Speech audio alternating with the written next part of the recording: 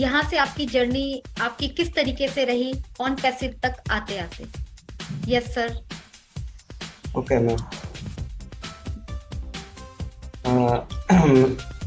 मेरा नाम अशोक ककाण है और मैं गुजरात महुआ से बिलोंग करता हूँ।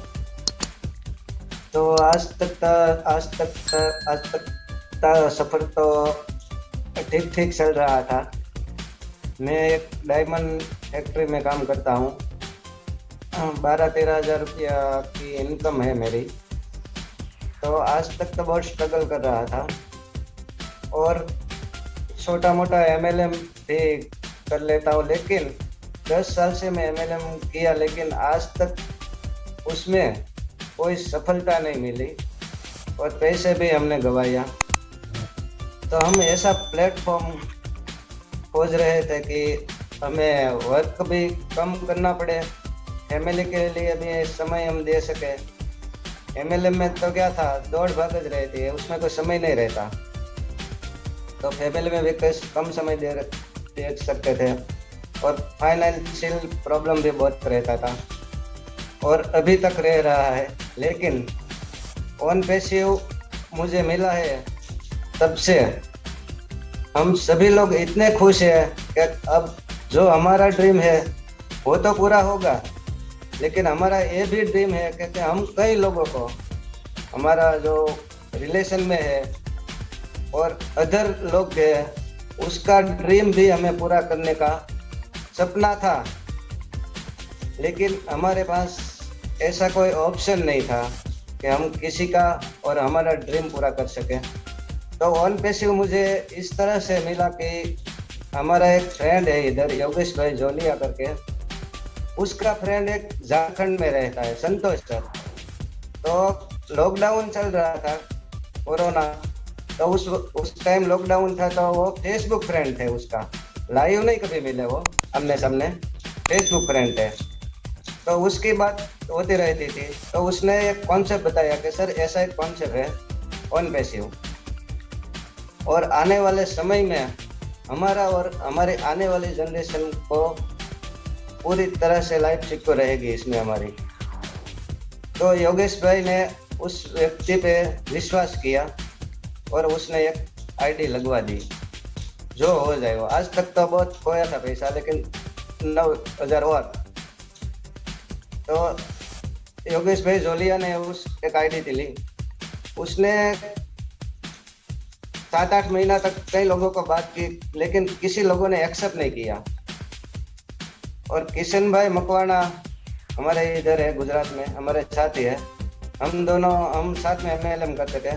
तो किशन भाई मकवाना को ये बताया कि ऐसा एक कंपनी है IT base.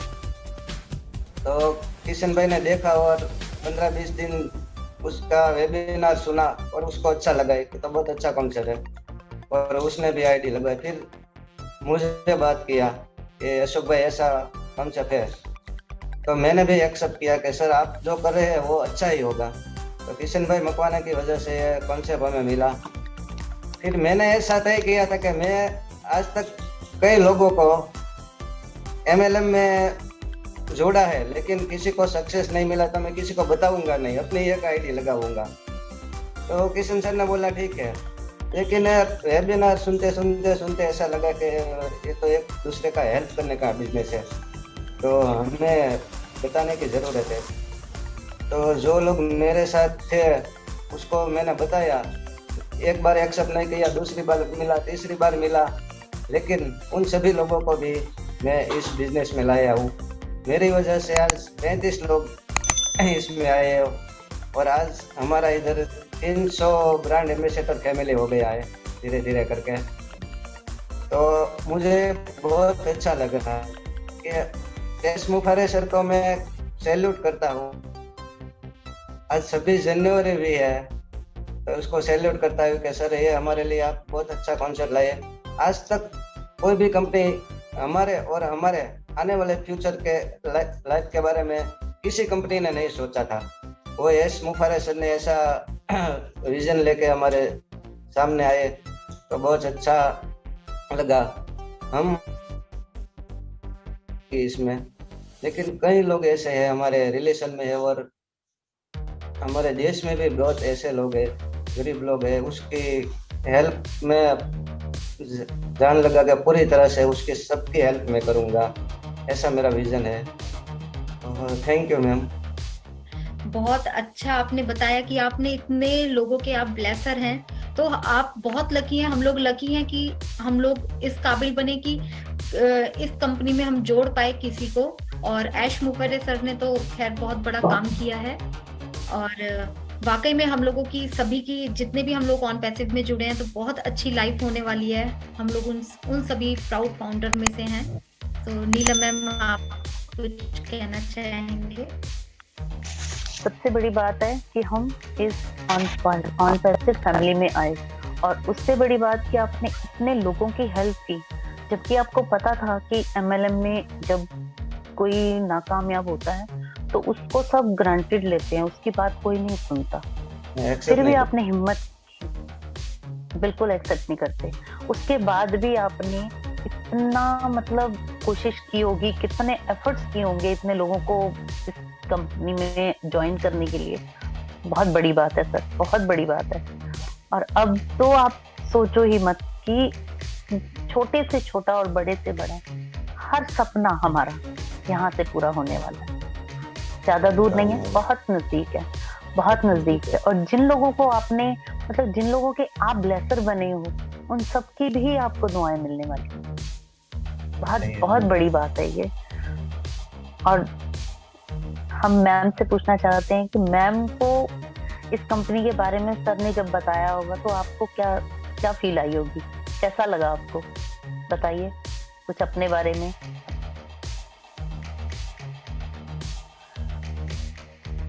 Mrs Usha ma'am. हाँ जी, बोलिए, नमस्ते। अपने बारे में कुछ बताइए। नमस्ते। मेरा नाम उषा सोनी है और मैं गुजरात महुआ से बिलोंग करती हूँ। मुझे हिंदी भी बहुत अच्छी आती है क्योंकि मैं यूपी से ही हूँ। मैं झांसी की रहने वाली हूँ वैसे तो, लेकिन मेरे मम्मी पापा मतलब अहमदाबाद रहने लगे थे, मेरा जन्म भी वहीं का ही है, लेकिन मेरी शादी एक गुजराती परिवार में हुई है। लेकिन मैं यहाँ भी बहुत अच्छी खुश हूँ, हर तरह से मुझे कोई तकलीफ नहीं है। लेकिन थोड़ी आवक की वजह से हो जाता है, मुझे थोड़ी तकलीफ हो जाती है, रहने में थोड़ी दिक्कत रहती है क्योंकि दो बच्चे, पढ़ाई लिखाई का खर्चा, ये सब चीजों से थोड़ा वो हो जाता है। बाकी तो हर तरह से ठीक ठाक है।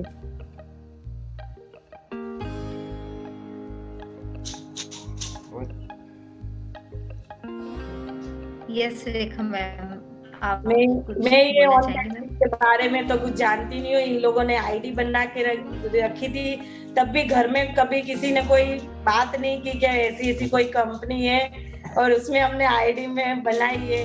इनकी आईडी पहले लगी हुई थी, मेरे लड़के की बाद में लगाई हुई थी, पर बाद में इन लोगों ने बताया कि हम लोग ऐसा ऐसा, ये रोज मीटिंग अटेंड करते थे। मेरे को ये लगता था पता नहीं ये लोग क्या करते रहते हैं, अब पता नहीं कौन से में पैसे डालेंगे और वो वापस आने वाले हैं नहीं। ये घर पे ऐसा सब करते रहते थे, तो मैं सोचती थी क्या पता ये कौन सी अब ऑनलाइन मीटिंग अटेंड कर रहे हैं, ये सब सोचती रहती थी। फिर इन लोगों ने धीमे धीमे मेरे को घर पे आके ये सब जानकारी दी कि ऐसी एक कंपनी है और इसके बारे में मेरे को जानकारी देते रहते थे। हाँ जी, बहुत अच्छा, बहुत मैम, आपने कभी नहीं बोला कि मेरी आईडी क्यों नहीं लगाई? अगर इतना कुछ था तो आपने कभी नहीं बोला?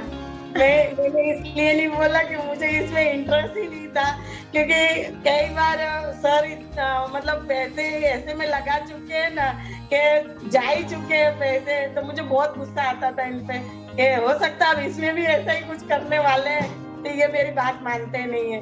तो मुझे यही सोचती रहती थी, इसलिए मैंने कुछ बोला ही नहीं कि मेरी आईडी क्यों नहीं लगा के रखी। सर आपके तो ऐसा है, देखिए उषा जी, अब ऐसा है कि मेट्रो स्टेशन आपने देखा होगा अभी, है ना, ऑन पैसिव का वो बुला रहा है हम सबको, तो अगर अगर अशोक जी अकेले चले गए कि तू मत जा, तू अभी रुक, अभी देखती रहे, बाद में इंतजार करियो, मैं घूम के आता हूँ, तो क्या आप उनको जाने देंगी? नहीं नहीं उनके पीछे ही जाऊंगी ना, मैं थोड़ी उनको जाने दूंगी। नहीं मैम, ट्रेन में तो विश्वास सबसे आ गया? पहले यही चढ़ेंगी। अब विश्वास आ गया? हाँ मैम, और मैंने इसको जब ऑन पैसिव नहीं आया था उसके पहले बताया था कि 2025 में हम करोड़पति हो गए, ऐसे ही बोल दिया था। लेकिन ऐसा मैंने सुना है कि 24 घंटे में हम जो बोलते हैं ना, 1 सेकंड वो सही होता है। वो मुझे ऑन पैसिव मिला, अब ये मेरा सपना पूरा होगा, अब ऐसा लग रहा है मुझे।